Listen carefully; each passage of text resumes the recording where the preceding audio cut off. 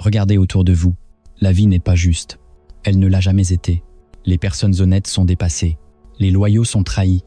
Les travailleurs silencieux sont écrasés par ceux qui savent manœuvrer. Et la vérité la plus inconfortable est celle-ci. Le monde ne se soucie pas réellement de votre bonté, de vos efforts ou de la pureté de votre cœur. Ce qui compte, ce n'est pas ce que vous ressentez, mais ce que vous contrôlez. Ce qui compte, c'est le pouvoir. Chaque jour, quelqu'un vous dépasse sans bruit. Un collègue qui vous sourit mais s'approprie vos idées. Un ami qui vous félicite tout en vous enviant secrètement. Un proche qui vous soutient en face et vous discrédite en coulisses. La vie n'est pas un terrain neutre. C'est un champ de bataille silencieux. Et si vous ne comprenez pas les règles du jeu, alors vous êtes déjà en train de le perdre. Il y a 5 siècles, un homme avait déjà compris cette mécanique. Il observait des rois monter sur le trône, puis tomber brutalement. Il voyait la confiance se transformer en trahison, la loyauté en opportunisme. Il ne s'indignait pas. Il analysait, il ne se plaignait pas. Il notait. Il cherchait une seule chose, comprendre pourquoi certains dominaient le monde pendant que d'autres étaient broyés par lui. S'il vivait aujourd'hui, il ne gaspillerait pas une seconde à réclamer de la justice ou à jouer franc jeu. Il se déplacerait comme une ombre, laisserait les autres croire qu'il gagne et garderait toutes les cartes dans sa main. Le premier principe est simple, mais beaucoup échouent dès le départ. Ne montrez jamais toutes vos cartes. À partir du moment où les autres savent tout de vous, vous êtes terminé. Vos forces seront copiées, vos faiblesses seront attaquées, votre trajectoire sera anticipée. Dans la vie, être transparent n'est pas une vertu, c'est une exposition. Même ceux qui vous sont proches ne calculent pas toujours votre réussite. Ils évaluent vos limites lorsqu'ils connaissent vos peurs, vos projets, vos intentions réelles. Ils n'ont même plus besoin d'agir contre vous. Ils attendent simplement que vous vous enfermiez vous-même. Le pouvoir se nourrit du mystère. Moins on vous comprend, plus on hésite face à vous. Le silence devient alors un outil. Parlez peu, écoutez beaucoup, observez sans commenter, laissez les autres combler le vide avec leurs suppositions. Un homme silencieux dérange, car il ne donne aucun angle d'attaque. Votre vie privée, vos prochains mouvements, vos véritables objectifs doivent être protégés comme un trésor. On ne révèle que ce qui sert, jamais ce qui affaiblit. Être illisible est la première marche vers la domination. Vient ensuite la maîtrise de soi. Celui qui ne contrôle pas ses émotions sera toujours contrôlé par quelqu'un d'autre. La colère trahit, la frustration se sent, le désespoir se goûte presque. Dès que vous réagissez émotionnellement, vous offrez à l'autre la clé pour vous manipuler.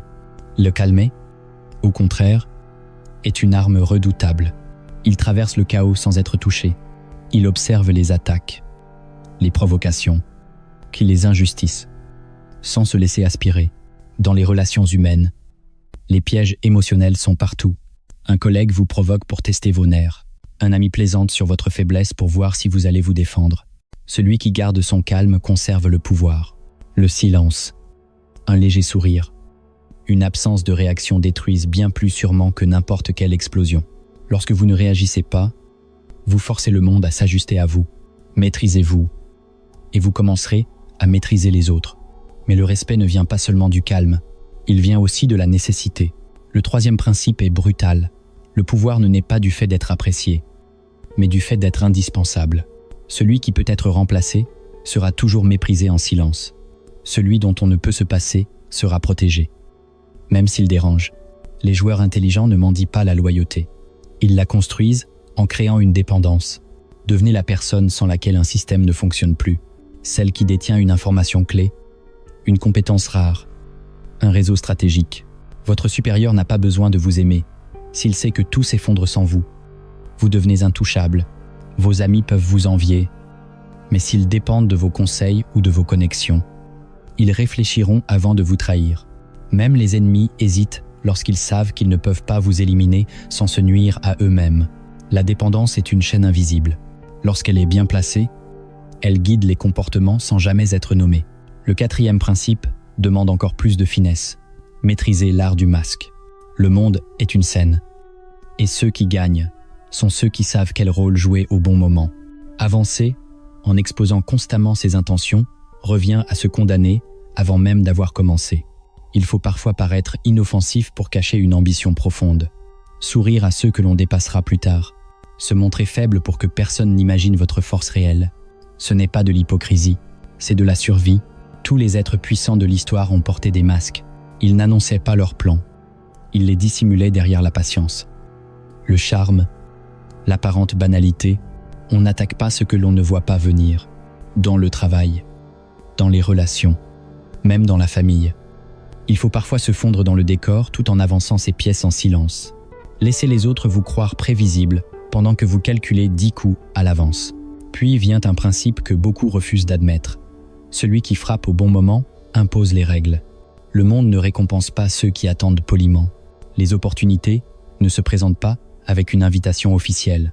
Elles sont prises, souvent dans le silence. Celui qui hésite laisse la place à quelqu'un d'autre. Celui qui agite écrit l'histoire. Cela ne signifie pas une agressivité aveugle. Cela signifie une domination calculée. Lorsque vous voyez une ouverture, vous l'utilisez. Lorsque vous sentez une trahison approcher, vous agissez avant qu'elle ne se produise. Lorsque quelqu'un tente de vous enfermer, vous brisez la structure avant qu'elle ne se referme. Le premier mouvement, s'il est juste, neutralise souvent tous les autres. Celui qui agit dicte le rythme. Celui qui hésite devient une variable. À ce stade, une autre vérité devient essentielle. Votre réputation est votre armure. Avant même que vous n'entriez dans une pièce, votre nom vous précède. Les autres décident de votre valeur, de votre force, de votre statut, à partir de l'histoire qu'ils racontent à votre sujet. Une réputation fragilisée vous prive de levier. Une rumeur suffit à fermer des portes. Un instant de faiblesse peut marquer durablement. Les individus puissants protègent leur nom comme une forteresse. Ils évitent les drames inutiles, refusent les conflits qui les rabaissent, et rendent leur victoire visible. Une fois que le monde vous perçoit comme solide, il vous traite comme tel, même avant que vous n'agissiez. La réputation est à la fois un bouclier et une arme. Lorsqu'elle est intacte, on hésite à vous attaquer. Enfin, il faut comprendre que dévoiler ses plans est l'un des moyens les plus rapides de perdre l'avantage. Plus les autres savent où vous allez, plus ils peuvent bloquer la route. Certains par jalousie, d'autres par opportunisme. Le pouvoir aime le secret. Les projets, les stratégies, les prochaines étapes doivent rester dans l'ombre. Ceux qui réussissent expliquent rarement ce qu'ils font avant que ce soit terminé. Quand le monde réalise ce qui s'est passé, il est déjà trop tard pour intervenir. Apprenez à sourire lorsque l'on vous questionne, à détourner la conversation, à feindre l'hésitation, pendant que les autres parlent et vous agissez. Et lorsque le mouvement devient visible, le jeu est déjà fini. C'est ainsi que se construit une autorité silencieuse, étape par étape, sans bruit, mais avec une précision implacable. À mesure que cette autorité silencieuse se consolide, une autre règle entre en jeu.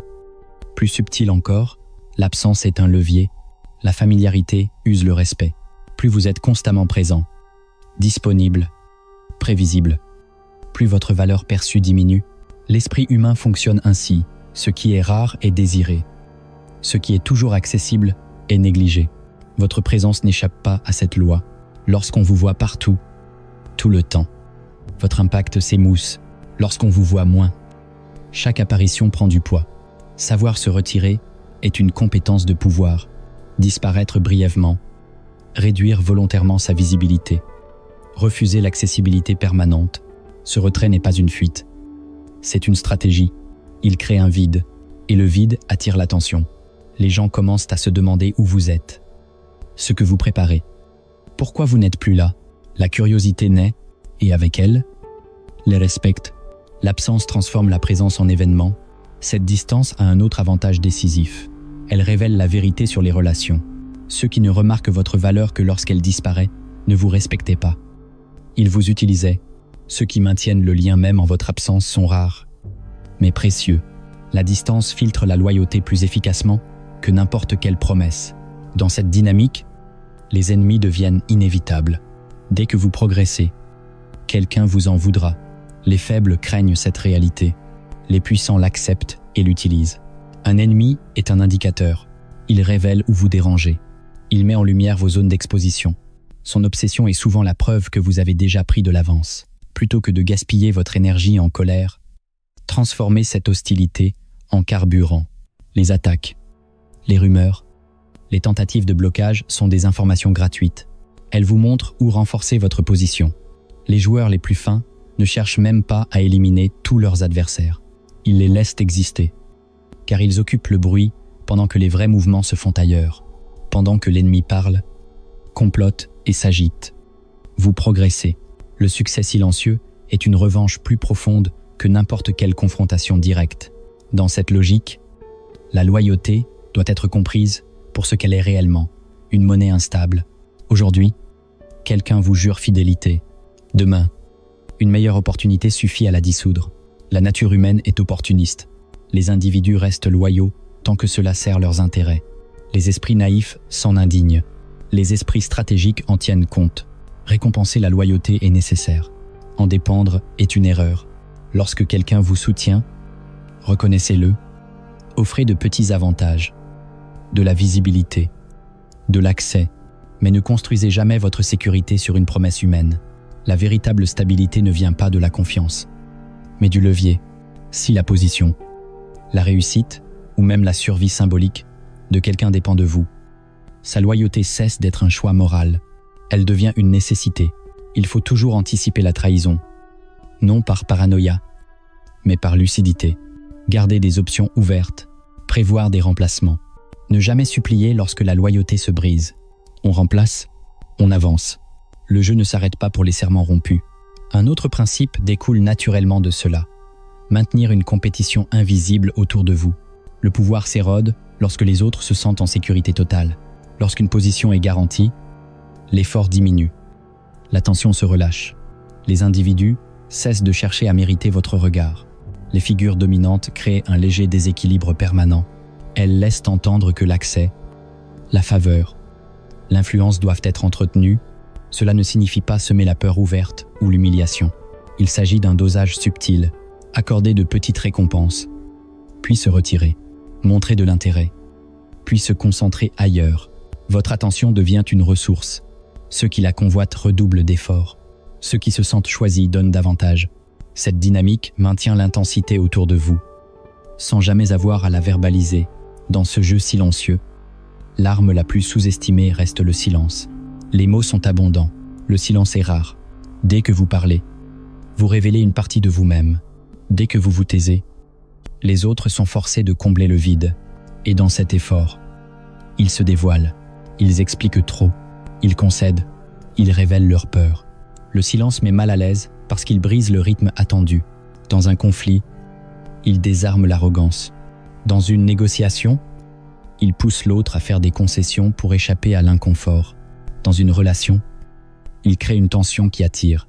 Les individus puissants parlent peu, mais chaque mot tombe comme un poids. Leur silence, l'ouïe, résonne. À ce stade, une règle devient cruciale. Les menaces doivent être traitées avant de mûrir. Un problème mineur ignoré devient un désastre. Un rival toléré devient un danger réel. Ceux qui dominent ne laissent pas les risques se développer par sentimentalisme. Ils coupent court, discrètement, tant que la menace est encore faible. La personne qui vous critique aujourd'hui en coulisses cherchera à vous nuire ouvertement demain. Le concurrent silencieux deviendra un adversaire déclaré lorsqu'il se sentira prêt. L'envieux patient attendra votre moment de faiblesse. La clémence envers une menace en croissance est une cruauté envers soi-même.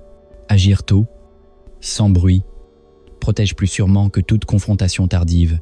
Mais agir tôt ne signifie pas combattre tout le monde. Une autre règle essentielle consiste à choisir ses batailles. Les faibles réagissent à tout. Les puissants sélectionnent. Chaque conflit inutile vous vole du temps, de l'énergie et de la clarté. Avant de répondre, une seule question compte. Cette victoire m'apporte-t-elle du pouvoir ou seulement une satisfaction éphémère? Si le gain est uniquement émotionnel, le retrait est la meilleure option. Le silence blesse souvent plus que les mots. Les grands stratèges évitent les distractions. Ils savent que leur énergie est une arme et qu'elle ne doit pas être gaspillée dans des querelles secondaires. Pendant que certains se battent pour des miettes, vous avancez vers la structure qui contrôle la table. À ce point du parcours, une évidence s'impose. La perception l'emporte toujours sur la réalité brute. Il faut donc paraître fort, même lorsque l'on traverse des tempêtes intérieures. La vulnérabilité affichée attire les attaques. La solidité projetée impose la prudence. Les individus puissants souffrent en privé, mais restent inébranlables en public. leur posture, leur voix, leur calme racontent une histoire que les autres préfèrent croire, celle de quelqu'un qu'on ne peut pas ébranler facilement.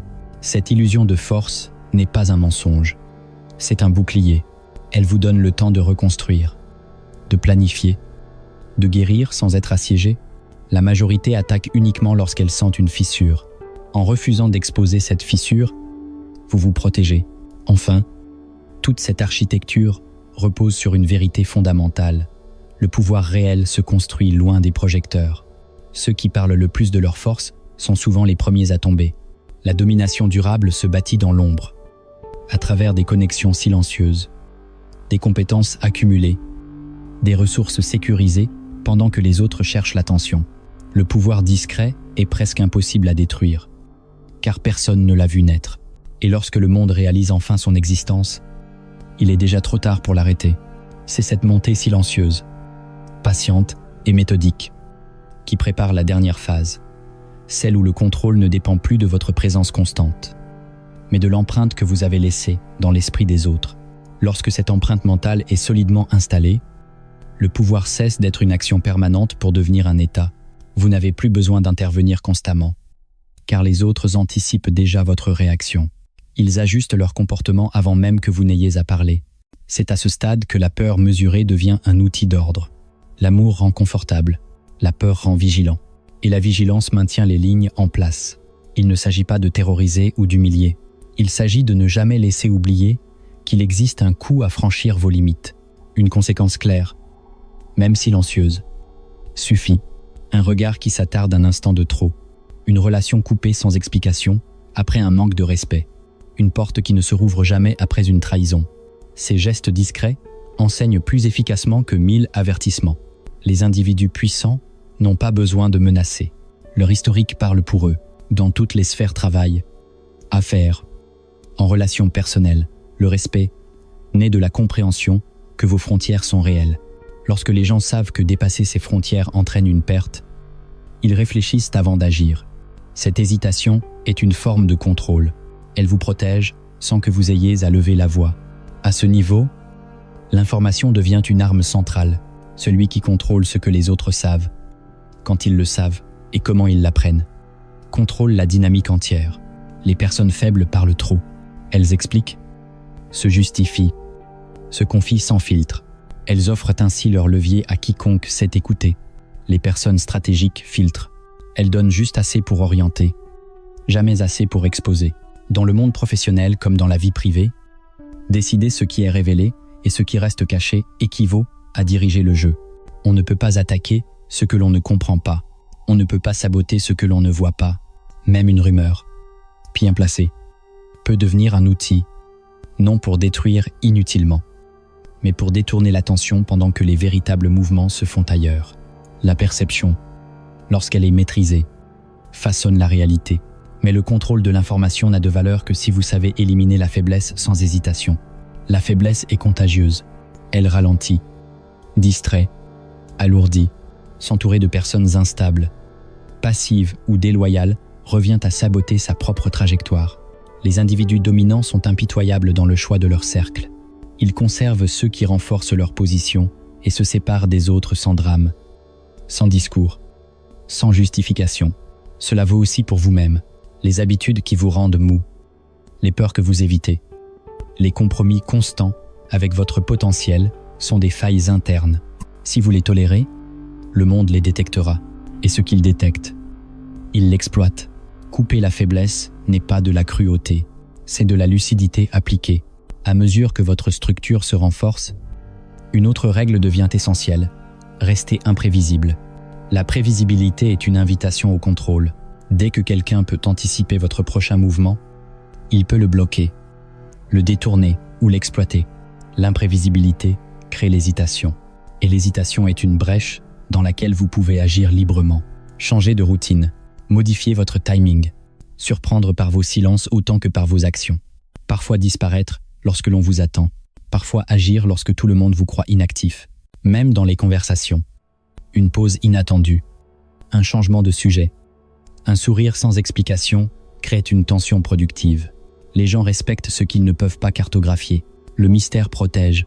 À ce stade, Votre trajectoire commence à dépasser votre personne. Vous n'êtes plus seulement un acteur du jeu. Vous devenez une référence implicite. C'est ici qu'apparaît la notion de legs. La majorité vit bruyamment et disparaît sans trace. Elle se bat pour l'attention.